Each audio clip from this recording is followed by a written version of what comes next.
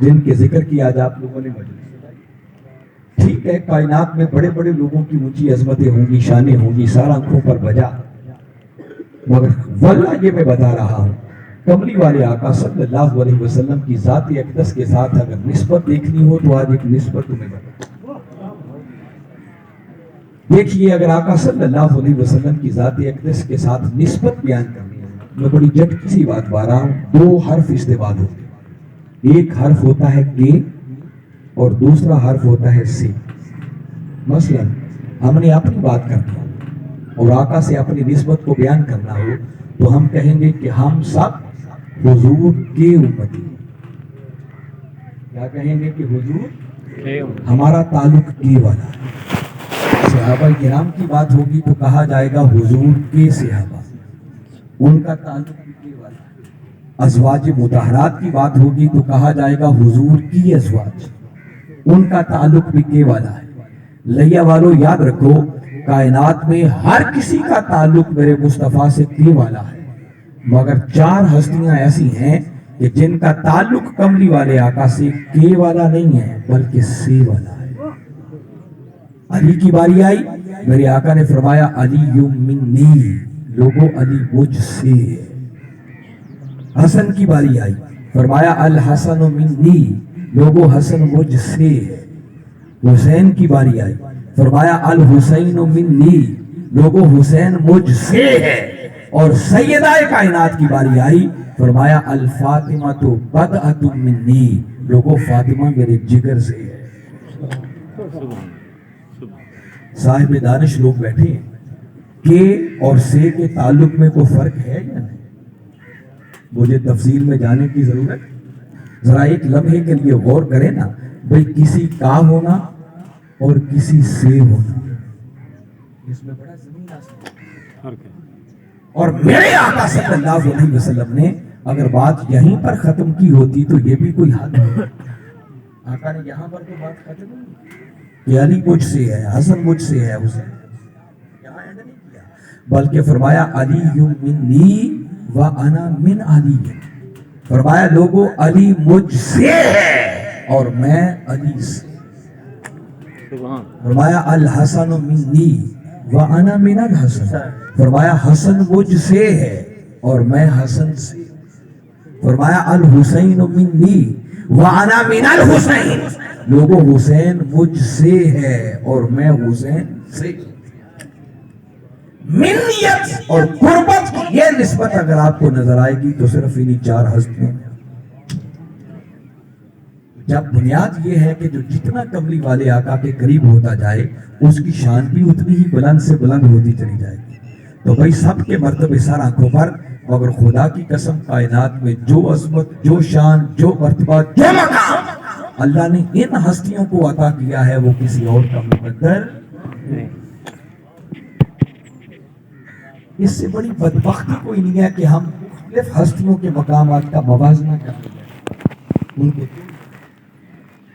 اب یہ بات اگر قرآن سے سمجھنی ہو تو آئیے ان کلمات پر غور کریں جو میں نے عنوان گفتگو کے طور پر دیا. یہ سورہ شورا ہے، قرآن پاک کا 42واں سورہ ہے، اس کی آیت نمبر 23 کا کچھ حصہ ہے جو میں نے تلاوت کیا.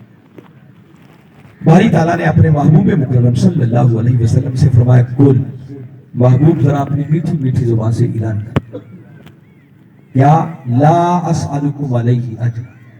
محبوب ذرا اپنے غلاموں سے فرمایا، کلمہ پڑھنے والوں سے بتا دو کہ بھائی دیکھو یہ جو میں نے تبلیغ رسالت کا فریضہ انجام دیا، مختصر یہ کہ میں نے جو کچھ بھی تمہیں دیا ہے اس پر تم سے کوئی سوال نہیں کرتا، تم سے کوئی اجر نہیں چاہیے، کوئی معاوضہ نہیں. اور اس رسول کو کوئی معاوضہ دے بھی کیسے سکتا ہے جو رسول ساری کائنات کو خود دینے کے لیے آئے. بھائی کسی کے پاس اپنا ہے کیا؟ ہے کسی کو کچھ؟ جب سے کائنات بنی ہے تب سے لے کر آج تک، آج کے ڈیٹ سے لے کر قیامت تک، تو کیا قیامت کے بعد یاد رکھیں جس کو جو کچھ ملا ہے، جو مل رہا ہے اور جو ملے گا وہ ملتا ہی مصطفیٰ کے قدموں کا صدقہ. اس ہستی کی شان کیا ہوگی کہ باری تعالیٰ خود فرمائے وَأَمَّا السَّائِلَ فَلَا تَنْهَرْ، محبوب کوئی سوالی بھی آ جائے بس تیرے در سے خالی نہیں جانا چاہیے. تو سارے کائنات کے سوالیوں کی جھولیاں تو میرے آقا کے در سے بھری. اور میرے آقا نے ان سے سوال کرنا مگر حکم خدا ہے کہ محبوب نہیں ذرا آج ایک سوال. دیکھیں جو بات میں آگے سنا رہا ہوں یہ آیت کریمہ جب ہے تو آیت کا ہونا بتا رہا ہے کہ یہ حکم خدا ہے, اور اس آیت کے شروع میں لفظ کل بتا رہا ہے کہ یہ فرمان خدا فرما رہا ہے کہ محبوب ذرا میٹھی میٹھی زبان سے اپنے غلاموں سے فرماؤ کہ بھئی دیکھو میں نے جو کچھ تمہیں تبلیغ رسالت کا فریضہ انجام دیا, اس کے نتیجے میں تمہیں ایمان ملا, اسلام ملا, قرآن ملا, بلکہ خود خدا سے تمہیں اس پر فرمایا کوئی اجر نہیں چاہیے, کوئی معاوضہ الا المودۃ فی القربى. فرمایا ہاں اگر میری وفاؤں کا صلہ دینا چاہتے, میری غلامی کا دم کرنا چاہتے, تو سوال فقط ایک ہے, کیا کہ بس میری قرابت سے مودت رکھنا. جیسے میرے آقا نے یہ آیت کریمہ پڑھی, صحابہ کرام مجلس میں بیٹھے تھے, کچھ صحابہ کرام نے عرض کی, موقع پر ہی سوال کیا اور عرض کی یا رسول اللہ صلی اللہ علیہ وسلم من قرابتک ہؤلاء الذین وجبت علیہم. اب یہ وجبت کا لفظ ہے جو صحابہ نے, یہ بڑی خاص بات ہے جو ایک پیغام آج آپ کو دینا چاہ رہا ہے. صحابہ کرام عرض کرتے ہیں کہ آقا ذرا یہ بھی بتاتے جائیے کہ وہ آپ کی قرابت ہے کون جن کی مودت اور محبت اللہ نے اس آیت کریمہ کے ذریعے ہمارے اوپر واجب قرار دیا. جب یہ سوال کیا تو میرے آقا صلی اللہ علیہ وسلم نے جواباً ارشاد فرمایا کہ میرے غلاموں وہ میری قرابت جن کی مودت اور محبت تمہارے اوپر لازم اور واجب قرار دے دی گئی ہے وہ کون ہے؟ فرمایا علی و فاطمہ وابنہما. فرمایا وہ علی ہے, فاطمہ ہے, حسن اور حسین. نعرہ تکبیر, نعرہ رسالت, شان اہل بیت, شان اہل بیت. سبحان. اس لیے آپ چونکہ سنی لوگ بیٹھے ہیں, میں آپ لوگوں کو بالخصوص اس بات کی طرف متوجہ کرنا چاہتا ہوں. معلوم نہیں ہے یہ جراثیم ہمارے اندر کہاں سے آتا. اس خطے کے لوگ ویسے خوش نصیب ہیں جس کثرت کے ساتھ, جس ذوق کے ساتھ اہل بیت کے ذکر کی مجلسیں سجتی ہیں وہ کم علاقوں میں. صبح سے شام تک دیکھیں ذکر کی مجلس, محبت کا پیغام پہنچا, اس پر جتنی مبارکباد پیش کروں کم ہے, مگر اس کے باوجود ایسے نام نہاد سنیوں کی کمی نہیں ہے جو اہل بیت کا نام لیتے ہوئے بھی ڈرتے ہیں, ان کی شان بیان کرتے ہوئے بھی گھبراتے ہیں, اور اگر کوئی شان بیان کر دے تو خواہ مخواہ کئیوں کی طبیعت خراب ہو جاتی ہے. میں صحیح کہہ رہا ہوں یا غلط کہہ رہا ہوں؟ کوئی ذوق سے نعرہ حیدری لگا دے, کئیوں کے کان کھڑے ہو جاتے ہیں, کہیں کو شیعہ تو نہیں آتے, نام لیتے ہوئے ڈرتے ہیں, کہیں کو ہمیں بھی شیعہ نہیں. سنیوں بتانا چاہ رہا ہوں, یاد رکھو, من کی تختیوں پر لکھ لو, اہل بیت کی محبت شیعت نہیں, اہل بیت کی محبت عین ایمان. اہل بیت کی محبت کے بغیر نہ ایمان ملتا ہے نہ ملا ہوا ایمان بچتا ہے. ایمان ملتا بھی اہل بیت کی محبت کے صلے میں ہے, اور ملا ہوا ایمان وہ بچتا بھی اہل بیت کی محبت کے صدقے سے. اس کے بغیر کنسپٹ نہیں. صحابہ کرام نے تو لفظ استعمال کر دیا نا, آقا ذرا فرمائیں وہ ہستیاں ہیں کون جن کی محبت ہمارے اوپر واجب قرار دی. لفظ کل کی اہمیت, قرآن کی آیت, اور پھر سوال کا انداز دیکھیں, نفی اور اس بات والا طریقہ اپنا کر اس کے اندر ایک حسن پیدا کیا گیا. اور ائمہ کرام جب اس کی ڈیپتھ اور گہرائی میں اترے تو یاد رکھیں یہ اہل بیت کی محبت کوئی مستحب عمل نہیں, کوئی خالی سنت کا درجہ نہیں رکھتا. واجب کا لفظ آپ نے سن لیا, اہل علم اور ائمہ نے لکھا ہے کہ اہل بیت کی محبت خالی واجب ہی نہیں ہے, اللہ نے ہر کلمہ کو مسلمان پر اہل بیت کی محبت کو فرض فرائض میں بھی فرض. دیکھو نماز پڑھنا بھی فرض ہے, روزہ رکھنا بھی فرض ہے. کوئی شخص نماز نہ پڑھے نا تو گناہ گار ہوتا, مگر اس کا ایمان نہیں جاتا. وہ روزہ نہ رکھے وہ گناہگار کہلاتا مگر اس کا ایمان نہیں چاہتا. کوئی اور فرض ادا نہ کرے وہ گناہگار تو کہلائے گا مگر ایمان بچا رہے.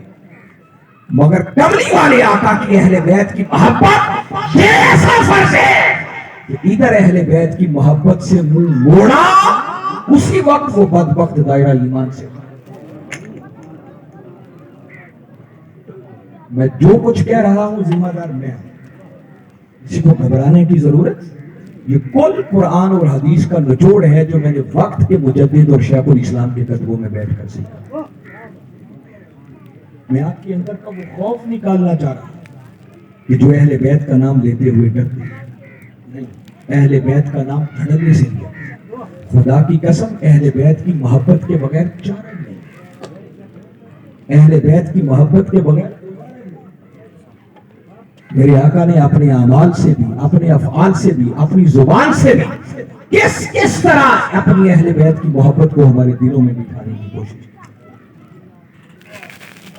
اور ایک بات کو میں اور بھی بتا دوں, یہ جو خدا نے حکم دیا اور کملی والے آقا کی زبان اقدس سے سوال کیا,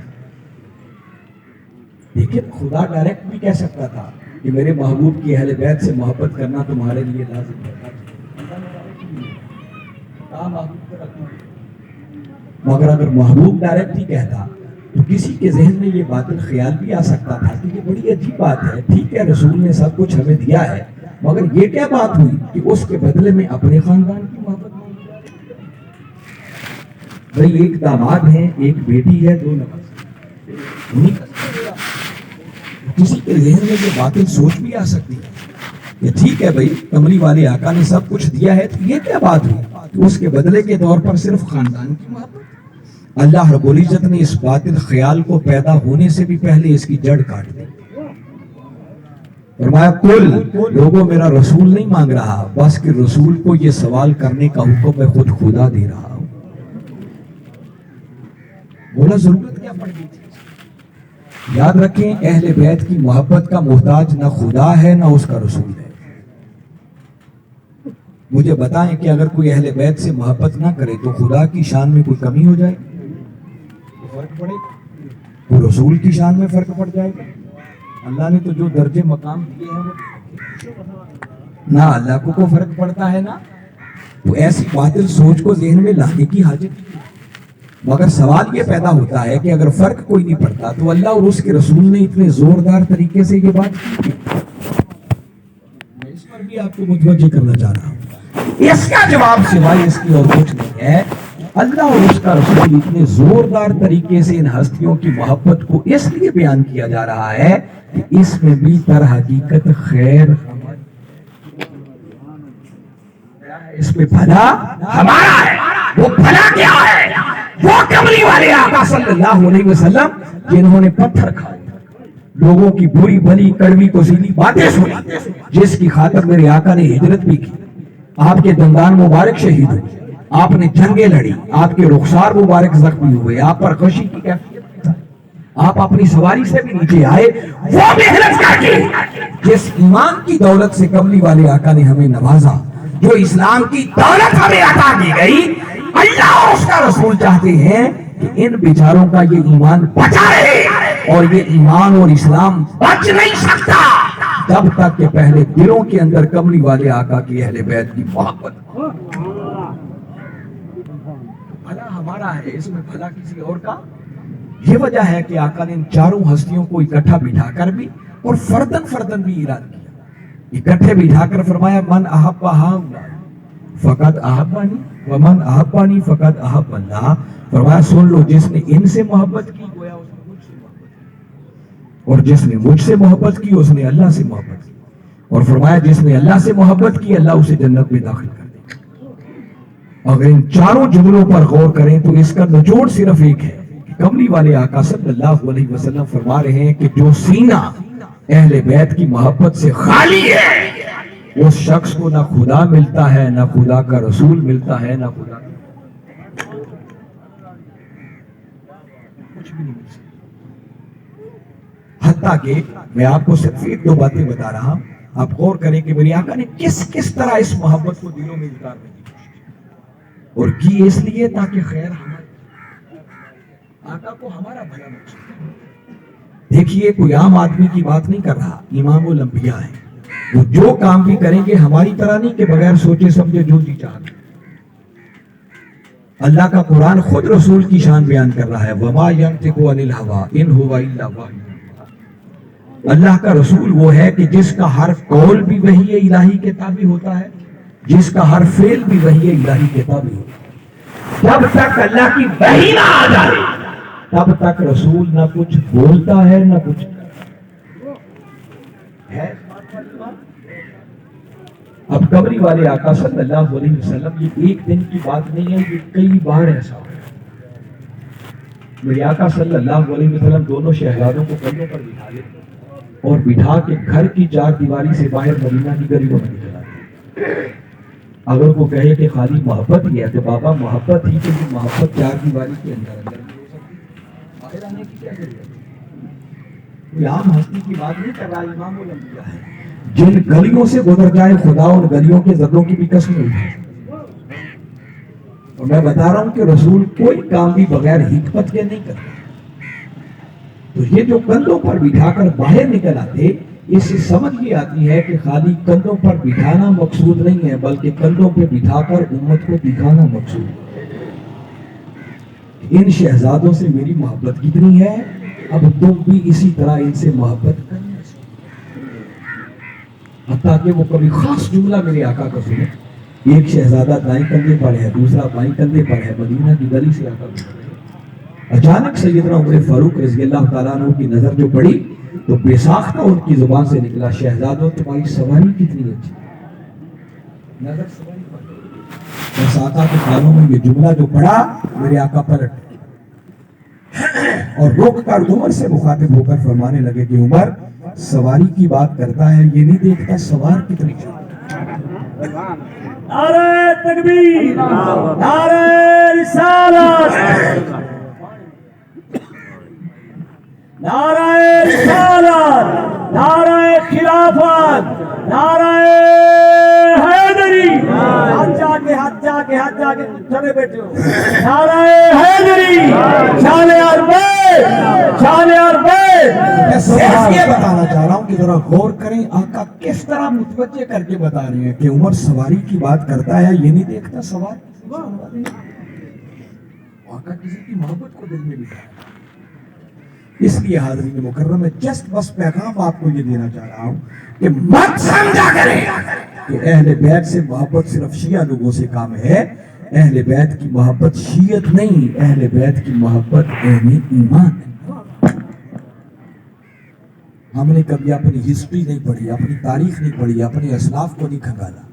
آپ اپنے جس بڑے کو دیکھیں گے وہ اہل بیت کی محبت میں فنا نظر آئے، کیونکہ کوئی بڑا بانی نہیں سکتا جب تک کہ وہ اہل بیت کی در کا سگ نہ بھیجے۔ آپ جس امام کے احوال اٹھا کے پڑھیں گے، کیا امام اعظم ابو حنیفہ، کیا امام مالک، کیا امام شافعی، کیا امام احمد بن حنبل، امام نسائی، اعلیٰ جس کو بھی پڑھیں گے، میں بتا رہا ہوں کوئی بڑا بانی نہیں سکتا جب تک کہ وہ خود کو اہل بیت کے در کا پورا۔ میں جس چلتے یہ چند باتیں آپ کو بتا رہا ہوں، کبھی آپ پڑھیں، اکثر یہ آپ شعر سن کے اور پڑھ کے سر دھوتے ہیں کہ آقا تیری نسل پاکا ہے، بچہ نور کا، تو ہے عین نور، تیرا سب گھرانہ نور۔ معلوم ہے کہ کس نے کہا؟ اعلیٰ حضرت عظیم البرکت مجدد دین امت امام احمد خان رضا خان فرید۔ کیا خیال ہے وہ کوئی شیعہ تھے؟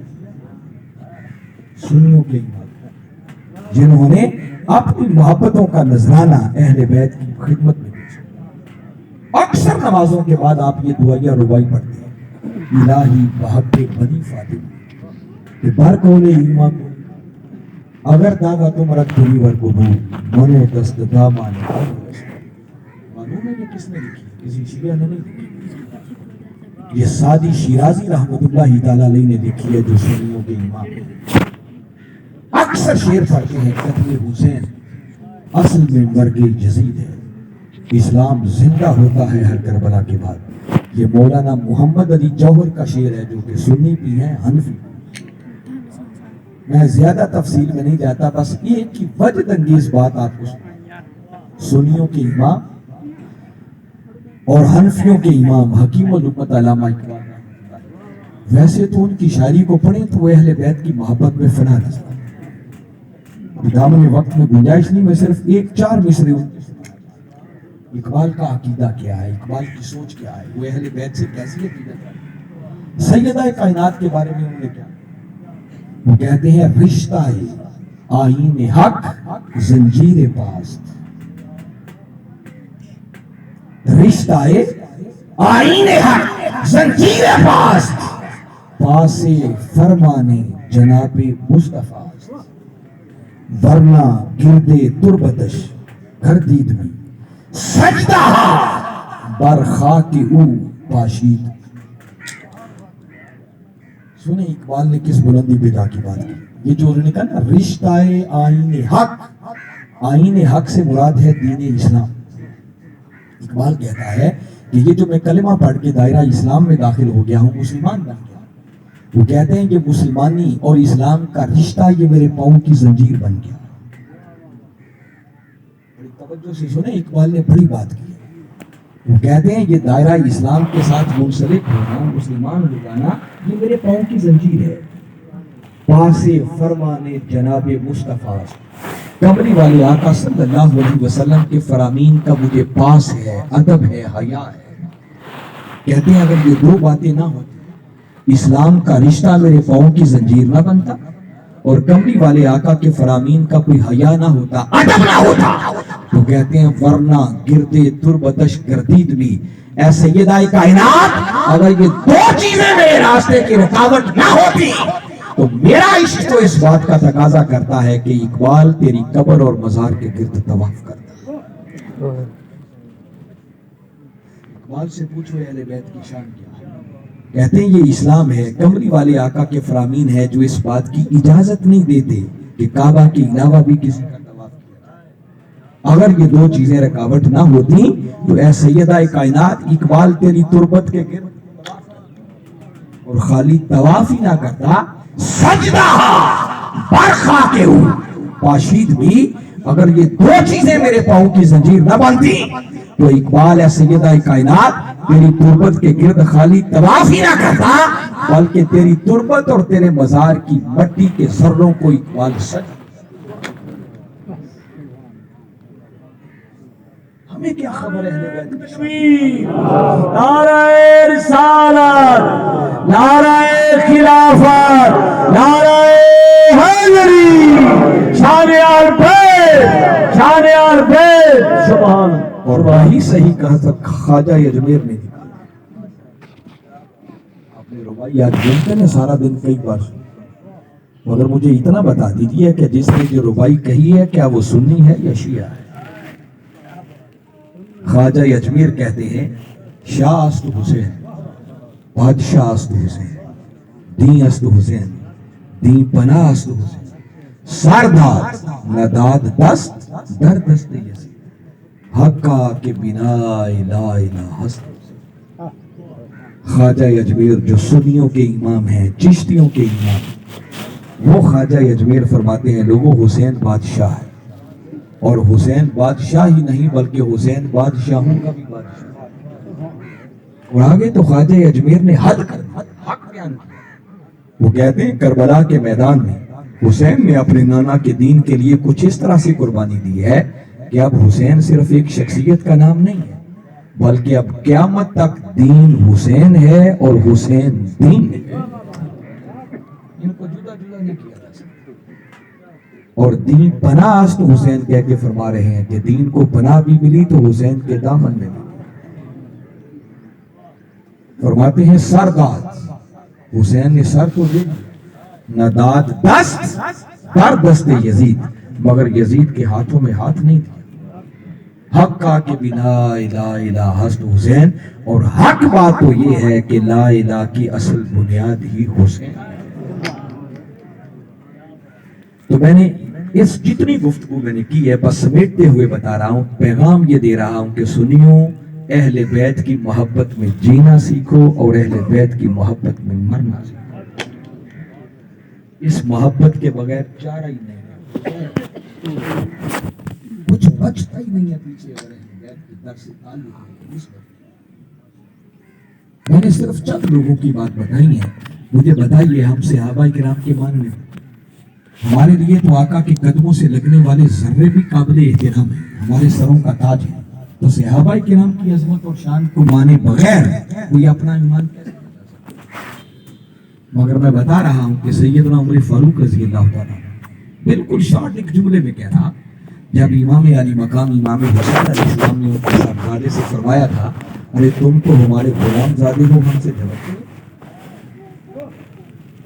یہ بات بوجھل دل سے آ کر جب آپ کے صاحبزادے نے کی تو آپ نے بیٹے کو انگلی تھما سیدھا مولا کائنات کے دروازے پہ چلے، دستک دی، دروازہ کھولنے کے لیے وہی شہزادہ حسین آ رہا، سوچا ہوگا آج جھگڑا ہوا تھا، شکایت لے کے آئے، پوچھا حسین کیا ہوا تھا، سرسری جواب دیا جھگڑا ہوا تھا۔ آپ نے پھر پلٹ کے پوچھا نہیں ذرا اپنے کلمات دہرائیں تو صحیح، آپ نے فرمایا کیا؟ جس نے میرے آقا کی زبان چوسی ہو جھوٹ تو نہیں بول سکتا۔ فرما دیا کہا تھا تم تو ہمارے غلام زادے ہو، ہم سے جھگڑتے ہو۔ بس اتنا سننا تھا، عمر فاروق نے اللہ کی بارگاہ میں ہاتھ اٹھا دیا، عرض کی مولا گواہ ہو جا آج تیرے حسین نے ہمیں اپنی غلامی میں قبول کر۔ کیا خیال ہے عمر فاروق کو شیعہ تھا؟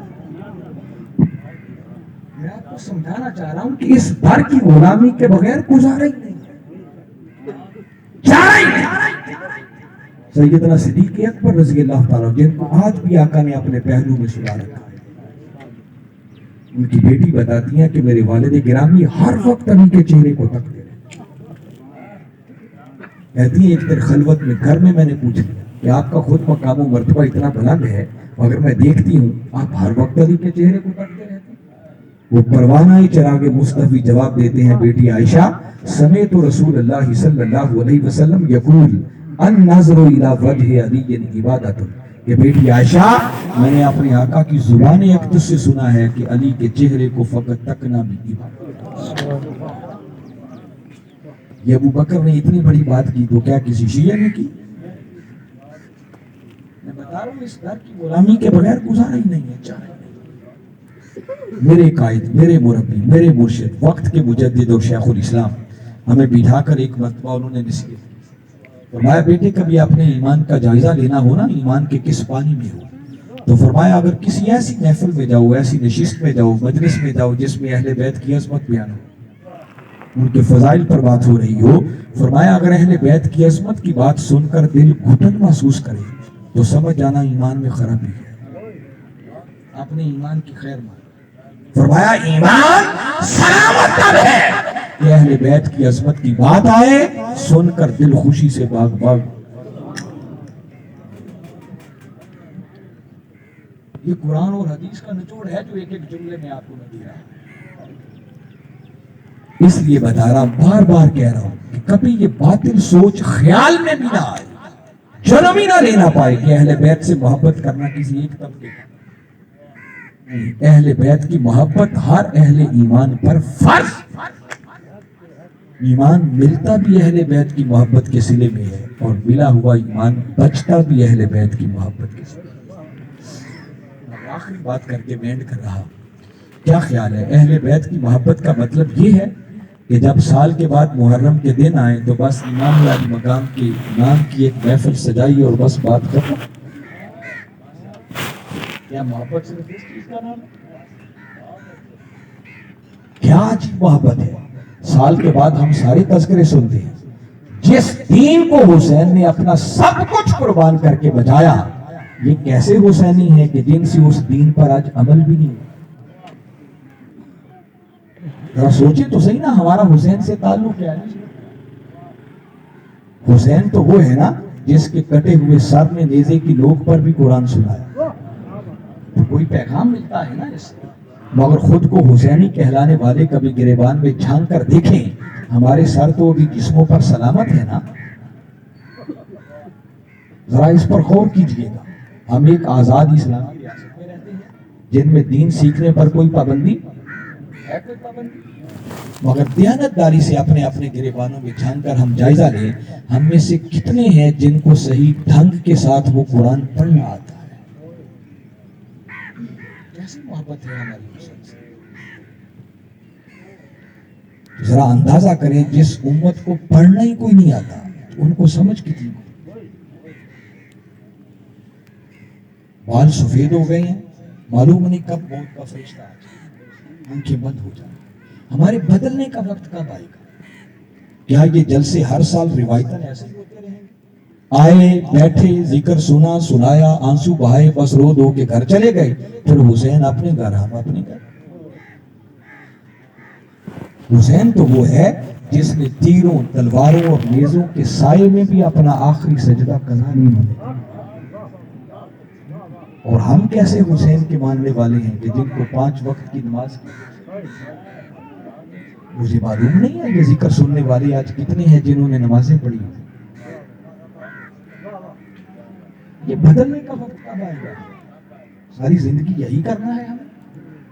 ارے کوئی لمحہ تو ایسا آنا چاہیے نا کہ برائی کی طرف اٹھتے ہوئے قدم رک جائیں اور نیکی کی طرف بڑھیں. حسین بھی ہمارے جلسوں کو سن کے ان کی روح تڑپ اٹھتی ہو کہ کیا میں نے میدان کربلا میں اتنی بڑی قربانی اس لیے دی تھی کہ سال کے بعد میرے نانا کی امتی جمع ہو جائیں اور بس ہماری شہادت کی سٹوریاں سنے سنائیں اور بس رو دو کے گھر چلے جائیں. حسین کیا سوچتا ہوگا؟ حسین تو وہ ہیں جو خواجہ اجمیر بتا رہے ہیں, دنیا جانتی ہے کہ حسین نے سر تو دے دیا مگر یزید کی بیعت نہیں. یاد رکھیں یزید پیر نہیں تھا کہ اس کی کو پیروں والی بیعت کرنی تھی. حسین سے بڑا کائنات میں پیر کوئی نہیں. وہ بیعت کیا تھی؟ وہ بیعت صرف ایک ووٹ تھا. اس دور میں پرچیاں نہیں ڈالتی تھی, ووٹ کی جگہ پر بیعت ہوتی.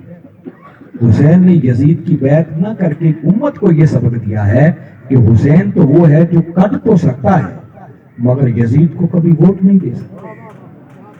کبھی زانی کو, شرابی کو, چور کو, ڈاکو کو, لٹیرے کو, اللہ اور اس کے رسول کے دین کا مذاق اڑانے والے, لوگوں کے حقوق پامال کرنے والے کو کبھی حسین ووٹ نہیں دے سکتا. حسین ٹیکس تو سکتا ہے مگر حسین کبھی بک نہیں سکتا.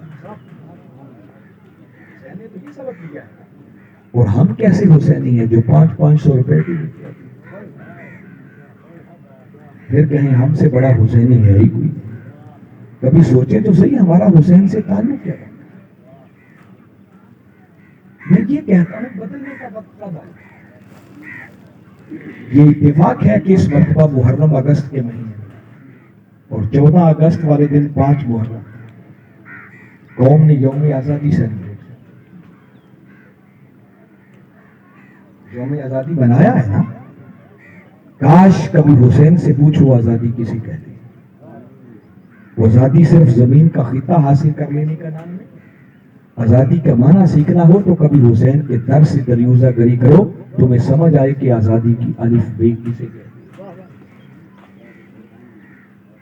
الگ خطہ تو ہم نے حاصل کر لیا مگر دیانتداری سے بتائیں کیا ہماری سوچیں آزاد ہوئی ہیں؟ سوچیں تو آج بھی. ووٹوں کی باری آتی ہے, خاندان کا ایک ہی سرپنچ پورے خاندان کا سودا کرتا ہے. ایک ایک ووٹ کی ایک ضمیر کی بولی جاتی ہے.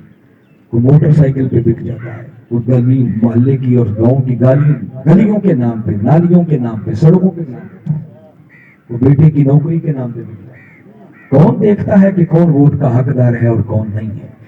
جس دن اس قوم نے یزید میدان کربلا میں حسین کے پیغام کو سمجھ لیا, حسین کی شہادت کے مقصد کو سمجھ لیا, میں سمجھتا ہوں اس دن اس ملک اور قوم کے برے دن ختم ہو جائیں. خالی سال کے بعد ایک جلسہ کر کے ذکر کرنے والے نہ بنو, یہ اجر کا باعث ہے, ثواب کا باعث ہے, رائے گا نہیں جائے گا. مگر یہ یاد منانے کا حق ادا نہیں ہوتا. حق تب ادا ہوتا ہے کہ محرم کے دنے میں بالخصوص اہتمام کرو اور سارا سال پھر حسین کی فکر کو اپنا کر ان کے نقش قدم پر چلو.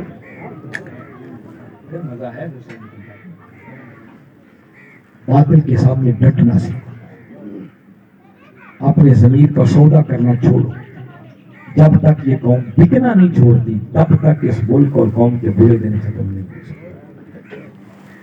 کوئی پوچھے آج بھی کوئی حسینی مشن پر چلنے والا ہے تو بابا کروڑوں ہوں گے, معلوم نہیں کون کہاں کہاں حسین کے مشن کو لے کے چل رہا ہے.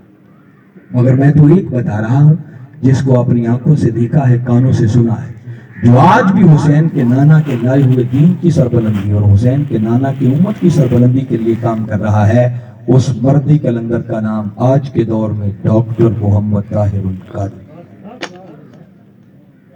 میں اس لیے نہیں کہ میرا تعلق منہاج القرآن سے تب، اپنی ضمیر کی آواز بتا رہا ہے۔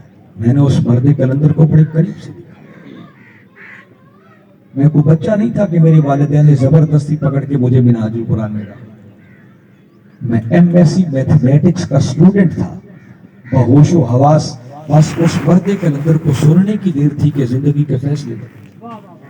ایم ایس سی کو لات ماری، دوبارہ فرسٹ ایئر میں منہاج القرآن میں جا کے میں نے اس مرد کلندر کی خلوتیں بھی دیکھی ہیں، جلوتیں بھی دیکھی۔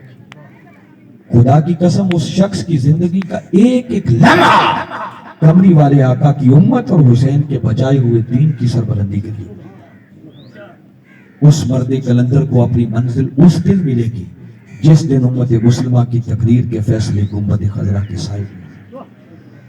اور پریشانی کی ضرورت نہیں ہے، یاد رکھیں بہت جلد وہ وقت آنے والا ہے جب چشم فلک وہ منظر دیکھے گی کہ اس دھرتی پر اس مرد کلندر کی قیادت میں مصطفی انقلاب کا سویرا طلوع ہونے والا ہے۔ خوش نصیب ہوں گے وہ لوگ جو اس مرد کلندر کا دست و بازو بن کر آقا کے لائے ہوئے دین اور حسین کے بچائے ہوئے دین کی سربلندی کے لیے کام کریں۔ اس شخص کو سنو اور آقا کے دین کی سربلندی کے لیے حسین کے غلام بن کر ان کے دست و بازو بنو، انشاءاللہ دنیا بھی سنور جائے گی، آخرت بھی سنور جائے گی۔ میں بارے دیگر منتظمین کو دل کی گہرائیوں سے مبارکباد بھی پیش کرتا ہوں۔ دعا گو ہوں کہ اللہ قبول فرمائے اور جو کچھ میں نے کہا سمجھ کر ایمان لاتے ہوئے ہمیں اپنی دنیا اور آخرت کو سنوارنے کی توفیق عطا فرمائے۔